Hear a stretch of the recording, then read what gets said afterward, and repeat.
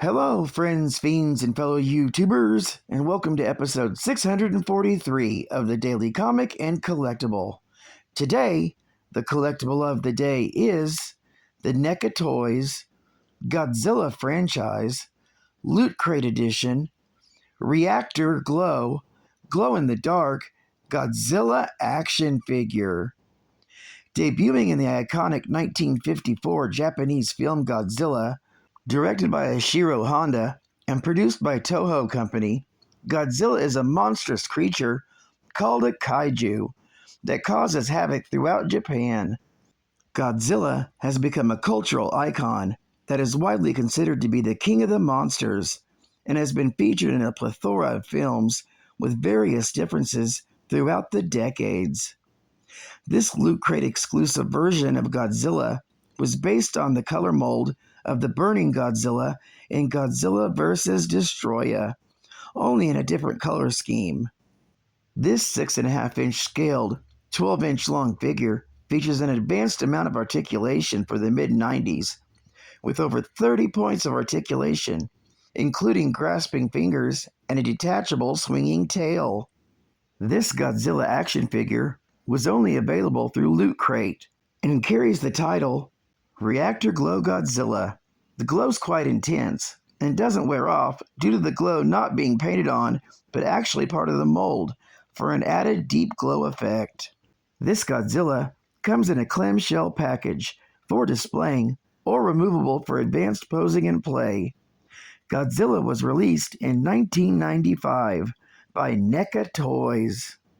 Now, the comic of the day is Godzilla, King of the Monsters, Volume 1, Issue Number 1, originally released in August of 1977, but this is a reprint released in 2024, with story by Doug Minch, art by Herb Trimpe, and cover by Herb Trimpe.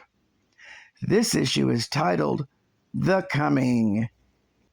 The story opens when out of the frozen Alaskan waters comes Godzilla, king of the monsters, and his first order of business on American soil is to destroy an Alaskan oil pipeline.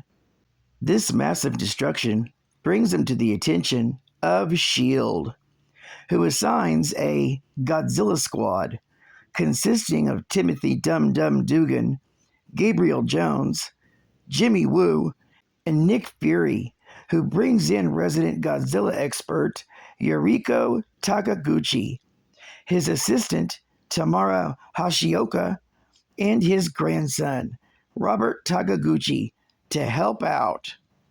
As a S.H.I.E.L.D. battalion tries to stop the King of Monsters with various weapons, it all proves nothing more than an exercise in aggravation for the giant monster Godzilla. After the monster destroys everything S.H.I.E.L.D. throws at it, it manages to leave the scene completely unscathed.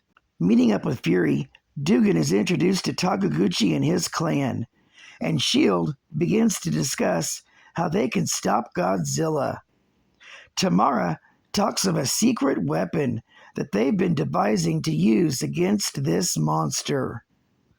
This story is continued in Godzilla, King of Monsters, Issue Number 2.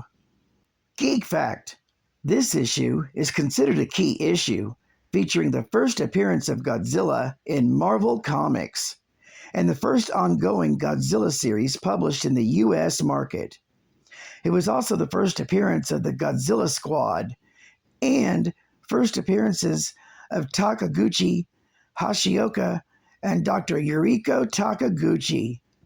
Bonus Geek Fact: Godzilla is a kaiju. Kaiju is a Japanese word representing monster.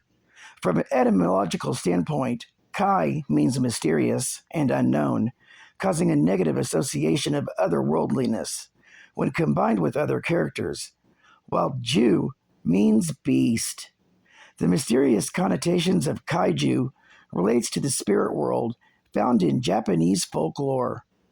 Kaiju are grand and giant, usually taking the form of real, known creatures such as lizards or sharks. Before the 1950s, kaijus could represent the demons found in Japanese folklore. Yet, with the popularity and success of the movie Godzilla, created in 1954, is often regarded as the first kaiju film. Kaiju characters are often somewhat metaphorical in nature. Godzilla, for example, serves as a metaphor for nuclear weapons, reflecting the fears of post-war Japan following the atomic bombings of Hiroshima and Nagasaki and the Lucky Dragon 5 incident. Other notable examples of kaiju characters include King Kong, Rodan, Mothra, King Ghidorah, and Gamera. Directors Honda and Tsuburaya drew inspiration from the character of King Kong, both in its influential 1933 film and in the conception of a giant monster, establishing it as a pivotal precursor in the evolution of the genre. Marvel Hostess Heroes in Spider-Man and Madam Web. Speedy in panic. Web had accused of tangling Harper in his web. Everyone thinks I'm to blame. I'm tired of running from the cops, but I must get through and save the harbor. I loved Spider-Man, but he rejected me. Me, Madam Web.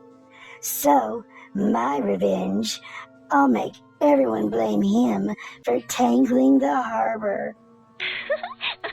Spider-Man, my only love, come with me and let's run away.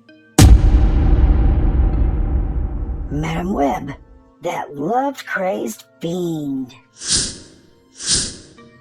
Well, what if I gave you a whole bunch of delicious Hostess Twinkie cakes instead? Would you clear the harbor and my good name? Oh, for that, I'd clear up the ocean, the world, anything. Oh, golden sponge cake, creamed filling. Oh my God. First I lose Spider-Man, then Hostess Twinkie cakes. What a tangled web. She is such a loyal admirer of mine. Woo! Spider-Man! Woo! Twinkies Cakes! You get a big delight in every bite of Hostess Twinkies. And final geek fact. In Marvel continuity, according to the research of Dr. Yuriko Takaguchi, Godzilla was spawned during Pacific nuclear bomb tests in the 1950s.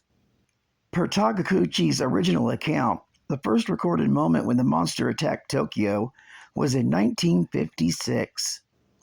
Records of the creature after that point are spotty at best.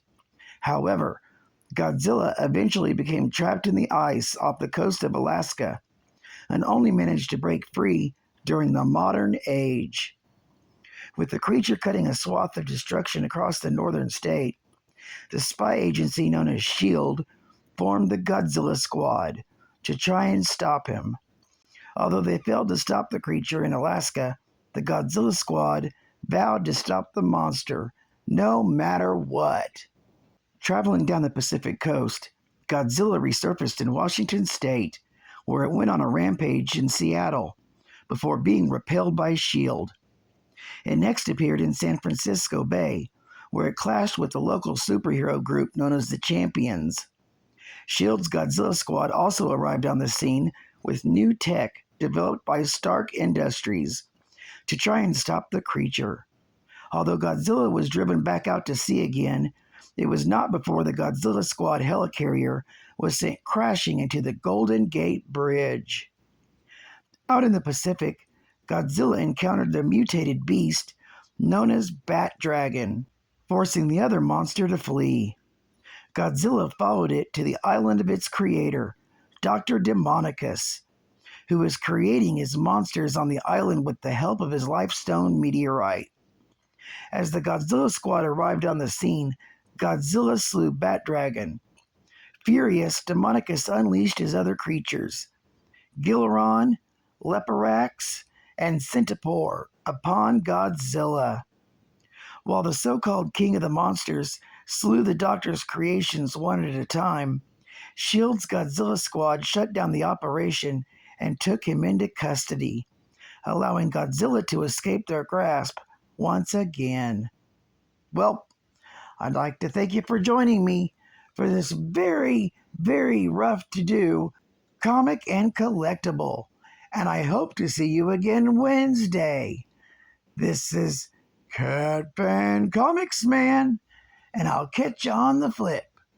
Over and out.